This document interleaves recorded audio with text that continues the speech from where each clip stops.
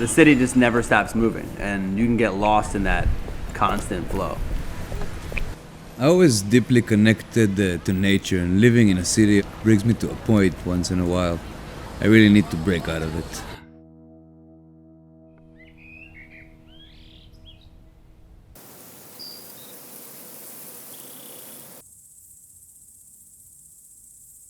The daily structures we have make it really difficult to find our creativity and be spontaneous.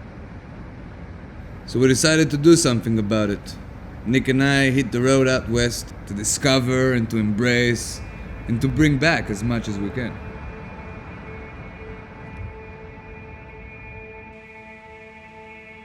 Our first stop was at Casey Bailey's chickpea farm in Montana. He farms on 5,000 acres, which you can't even imagine how much land that is. He supplies all of our chickpeas Little Sesame. I grew up on this farm, so it's in my bones. I've decided that soil and farming and plants and community and living with people, participating in that was really important. I have proven to myself that I can grow a higher protein, healthy crop, only using biology, so using the perennial forages in rotation. He is pioneering a new way of farming that's changing the way America looks and is the future, and we're a part of it, and it's so amazing to see this little plant that connects the two of us. Always as a chef, I think there's a big thing with being able to see the full circle of the products you're using and understanding that what we use as our main ingredient is what he uses to fix the soil between his crops. Adding this element gives me a new perspective of the beauty of the chickpeas. It was a very magical experience.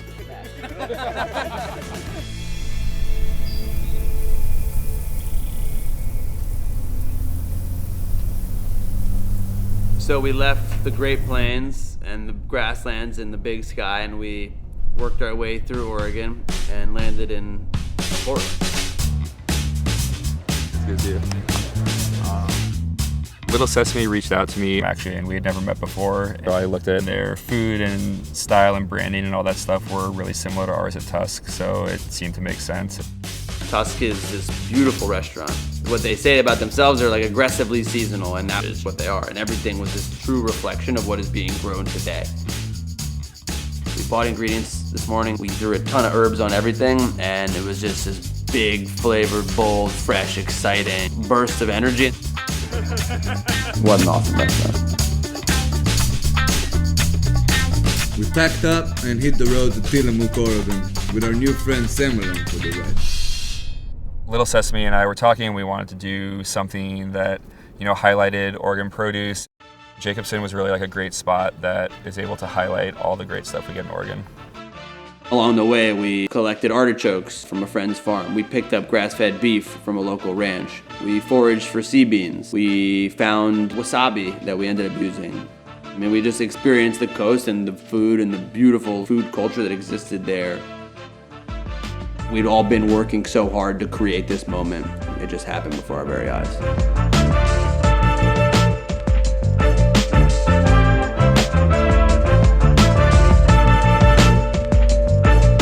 For me, I felt that connection to the space, to the coast and to the calmness of this little inlet of the sea that we were sitting on. All the ingredients, all those beautiful connections in this community. Sitting here with Nick and Sam planning the menu, there were so many ways for this meal to unfold. I felt like a physical connection with the place itself. It wasn't choreographed, it wasn't planned, it just happened. And I think that was, for me, this is why we traveled, was for this experience.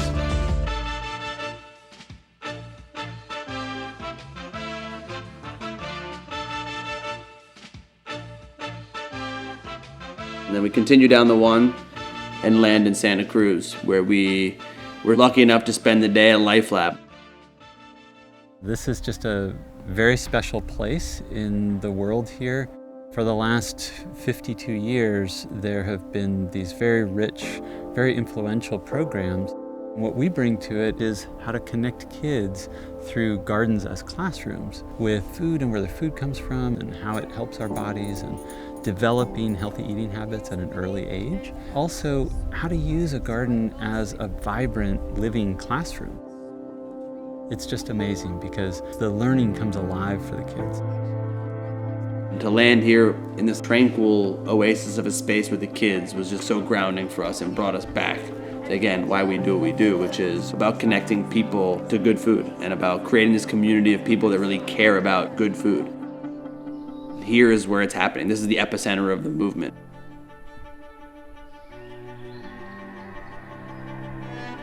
Crossing so much by land, by car, feeling this vastness was amazing.